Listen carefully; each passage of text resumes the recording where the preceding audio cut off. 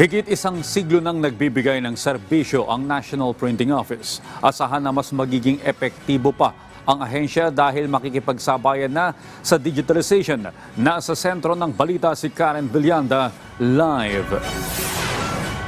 Audrey, sa ika-122nd anniversary ng National Printing Office, ipinagdiwang din nila yung tagumpay na nagdaan na barangay at SK election dahil malaki din yung naging papel doon ng NPO. Bukod pa dyan ay pinaplano na nila na makisabay sa digitalization. Sa pagdiriwang ng anibersaryo ng NPO na may temang Ink of History, Pages of Progress, celebrating 122 years of printing excellence,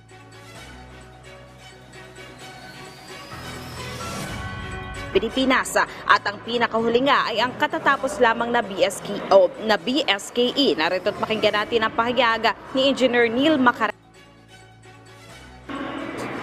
As always, kung matatandaan po ninyo, katatapos lamang po ng pagboto ng BSKE. At yan ang isa sa pinagmamalaki namin na produkto na ginagawa po ng National Printing Office. Aside from that, kung makikita ninyo sa presentation, mula from 122 years na from now, nag-evolve na po ang ating opisina.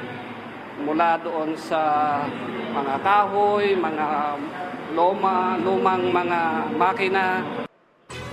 Alinsunod naman, Audrey, sa layon ng Administrasyong Marcos patungkol sa digitalization, naghahanda na rin ng NPO para dito. Ayon kay Macaraeg, hihingi sila ng executive order para tuluyang makasabay dito ang kanilang ahensya. Nagbabalik si Engineer Macaraeg. Dito sa infrastructure, bagamat kami po ay naghahanda na rin sa amin, dito sa amin. Sa facility, hinahanda na po namin yung possible na mangyayari. Kami po ay hihingi ng executive order para po dito sa ganitong hangarin ng National Printing Office. Nakiisa naman sa pagdiriwang ng NPO anniversary ngayong araw sina PCO Undersecretary Karen Sherbet Maralita, PTV General Manager Annalisa Puod, COMELEC Chair Erwin Garcia at iba pang opisyal mula sa CSC, DBM at iba pa. Nagpasalamat naman si COMELEC Chair Garcia sa patuloy na magandang trabaho ng NPO sa tuwing may eleksyon. Narito't pakinggan natin ang kanyang pahayag.